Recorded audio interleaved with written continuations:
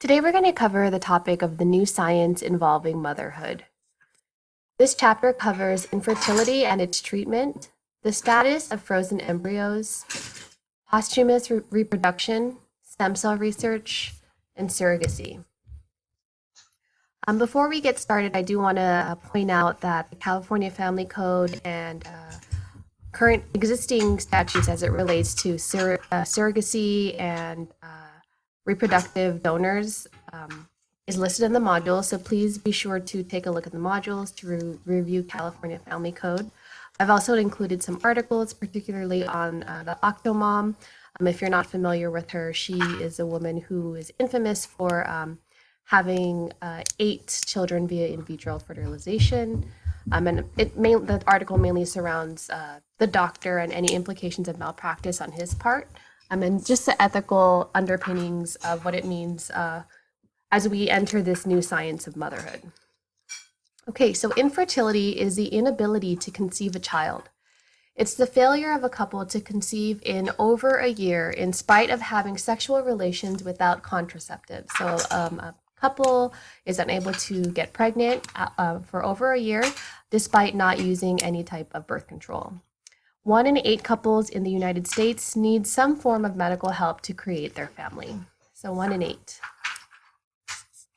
I know personally a few people in my family and close friends as well who have infertility issues. So it's becoming a common problem that's probably more apparent to me as I get older and interface with older adults, not even that much older, but who are facing difficulties as it relates to infertility issues.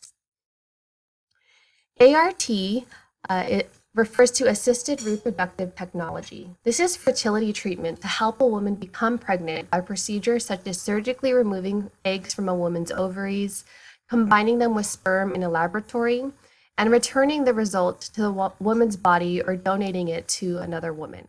So this is a combination of reproductive health plus technology and science.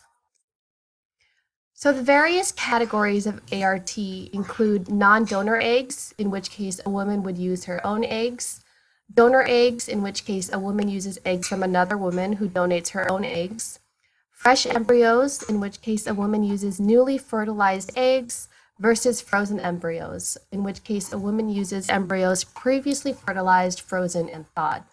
In case you're wondering, frozen embryos are said to last between 10 to 15 years. In vitro fertilization, IVF, is the most common form of assisted reproductive technology. About 70% of couples who engage in ART end up using IVF. My cousin, she personally is the one I know who had to engage in various cycles of IVF, and she ended up having twins and then a surprise baby afterwards. The cost of each IVF cycle is between $10,000 and $15,000. That's just the initial cost because it does typically require more than one IVF cycle in order to produce a live baby. So you do have to keep on trying.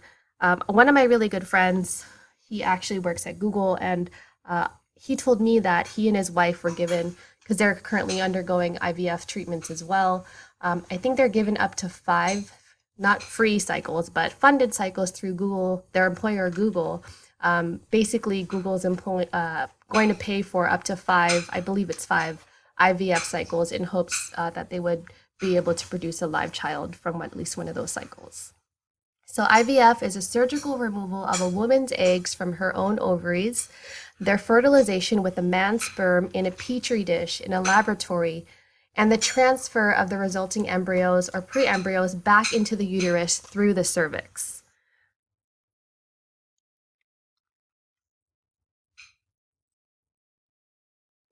This is also known as test tube babies, simply because of the fact that it requires fertilizing the egg inside of a petri dish. But do keep in mind that the fertilized egg is returned back into the woman's uterus through her cervix. Many states either ban egg donation for research or place significant limitations on such use. So perhaps the state might be willing to allow a donation for another woman or couple who would like to use that egg to produce a baby. Um, they would be able to receive fees for this. This is still not a very regulated process, so there aren't many heavy regulations on how much an egg donor could receive for her services in donating her eggs, so long as it relates to the production of a baby. Now, if a woman is going to donate her eggs for research, on the other hand, some states have banned this altogether under the public policy reasons because of the idea of basically selling life, arguably, simply for science experimentation, which is a very big controversy, as we know, as it relates to stem cell research and even just donation for research purposes generally. So you might recall in previous chapters, as we discussed spousal agreements, what happens to marital property upon divorce or separation. One of the underlying questions that we saved for this chapter was what happens, or the disposition of frozen embryos upon the separation, divorce, or if one of the partners is deceased or both. What happens to those frozen embryos in this situation? Courts see this differently. In Tennessee, the preference is given to the party who wants to avoid procreation unless the other party does not have a reasonable chance of procreating without the frozen embryos. So let's assume it's a husband and a wife in Tennessee, and the man wants to destroy it. He says, I do not want to be a parent with my ex-wife. But the wife says, no, I want to keep them. I want to impregnate myself, and I want to be a single mother. In Tennessee, the preference would go to the husband in this situation who does not want to become a parent. Now, this assumes, however, that the wife has a reasonable chance of procreating without these frozen embryos. Let's say that she doesn't have a uterus, or let's say she's having fertility issues that relate to her specifically. A Tennessee court would then take into consideration the ex-wife's ability to procreate without the frozen embryos and kind of weigh the two before making a determination. In Massachusetts, they're reluctant to enforce any agreement that has the effect of compelling someone to be a parent against his or her will. So given the same example in which there's an ex-husband, soon-to-be ex-spouse, and ex-wife, they would give the greater preference to the ex-husband because he doesn't want to be a parent, and they would not compel him to be a parent against his or her will, regardless of whether or not the ex-wife is able to procreate with or without the frozen embryos. In Louisiana, they will not allow the embryos to be destroyed. In Louisiana, a human embryo is a fertilized human without or with certain rights granted by law. So in Louisiana, they wouldn't consider the embryo as property that could be disposed of or destroyed. Instead, it's actually considered as a child in some sense that has rights.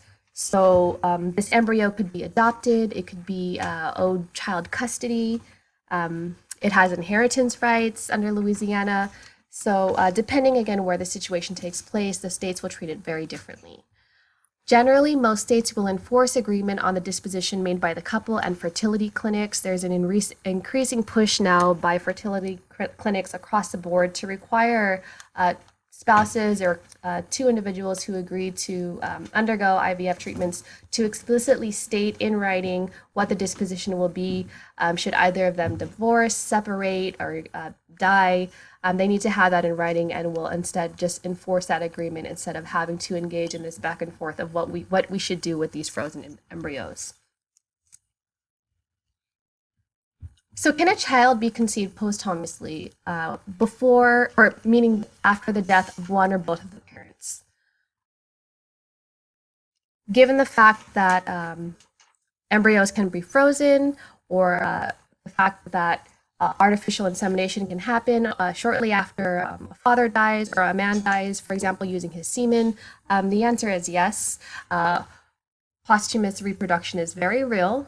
Of course, this in and of itself brings up many questions. One of the biggest questions in which it appears as it relates to posthumous reproduction is whether or not a child can inherit from the deceased parent. Whether or not this posthumous child can be able to inherit from the deceased parent's estate really depends on whether there's sufficient proof that the deceased expressed a desire or intent to be a parent before his or her death. So there has to be something in writing to demonstrate that before this parent died or this person died, there was an expressed desire to actually become a parent before his or her untimely death. So, of course, this is to prevent fraud, either from the child's part or from the living parent's part to assert inheritance rights from the deceased.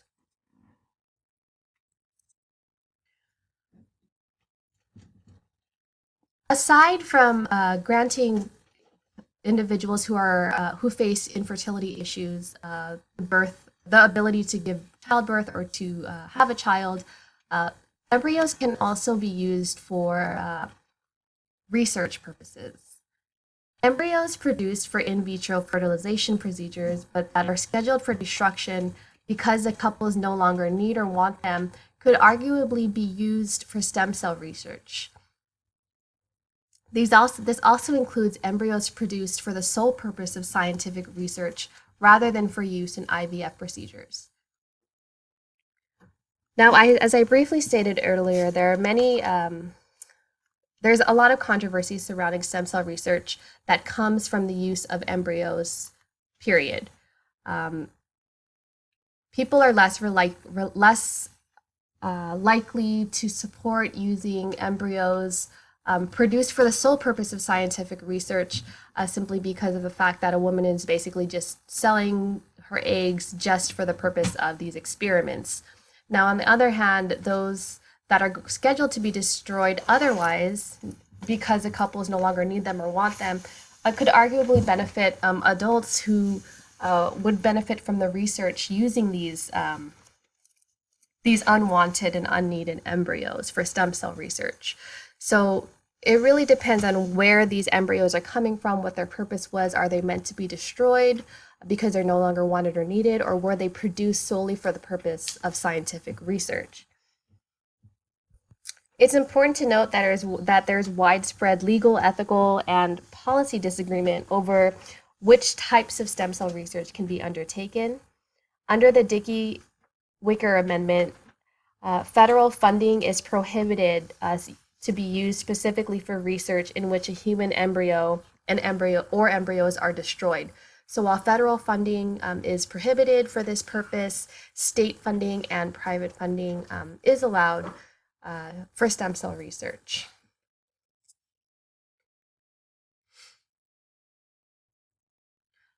Some proponents, of course, for stem cell research say that they can't make any major developments using embryos in stem cell research without federal funding, but because of the Dickey-Wicker Amendment, they're going to have to rely on state government money and or private funding in the meantime.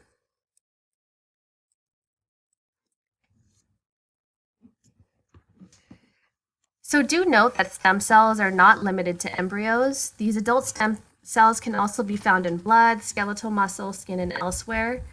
They can also be extracted without destroying anything. But stem cells are more difficult to grow in a lab as opposed to embryonic stem cells, which kind of points to the major draw for using unwanted or soon to be discarded embryos. If you're wondering, if you're not familiar with the purpose of stem cell research, basically these stem cells can grow into other cells that make up the heart, brain, kidney, and other organs. In a lab, stem cells can be removed from the embryo and then grown into cell lines that will multiply indefinitely and have the potential of being used to repair or replace damaged tissues or organs, and to even treat or cure numerous diseases such as Alzheimer's. So there's a great deal of potential for using stem cells, but the biggest source being embryos creates the underlying controversy surrounding stem cell research generally.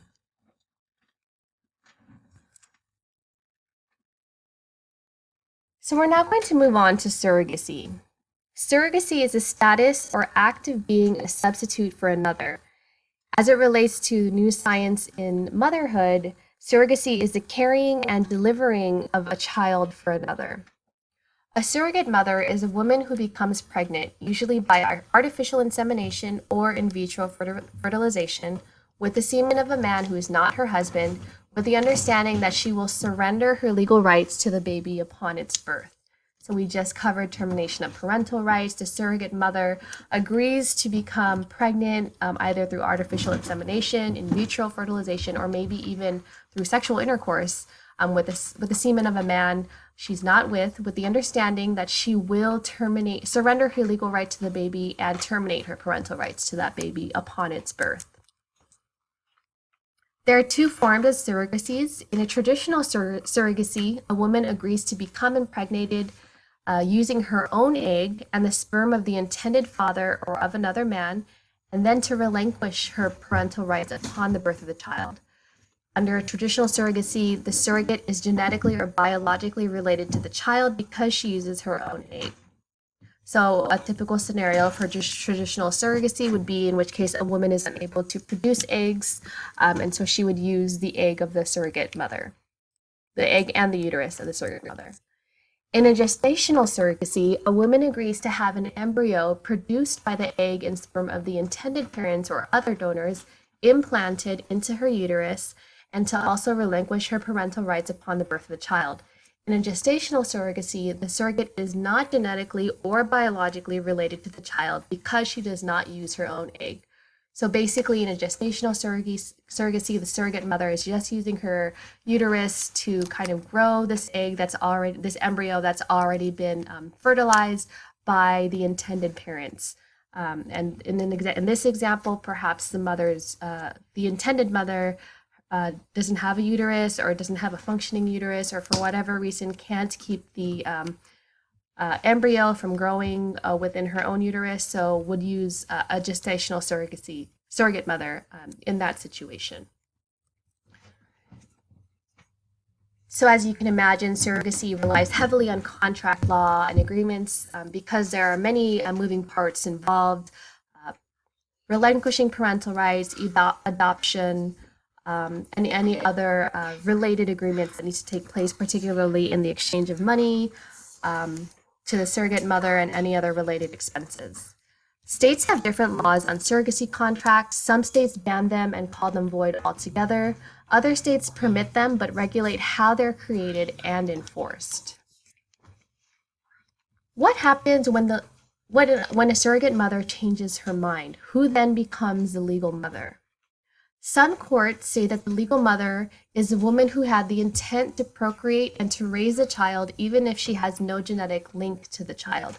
So in the California case, a Johnson case that was provided in your chapter, California courts would follow the intent element to determine who had the intent to procreate and to raise a child even if she has no genetic link to the child. Other courts will say that the legal mother is a woman who has the genetic link to the child. So courts look at them differently. Do note that California follows the intent element to determine ultimately who is the legal mother. Okay, that concludes our chapter on the new science of motherhood. Please be sure to check out the links in the modules, and I look forward to speaking with you all next week on our final chapter of this semester.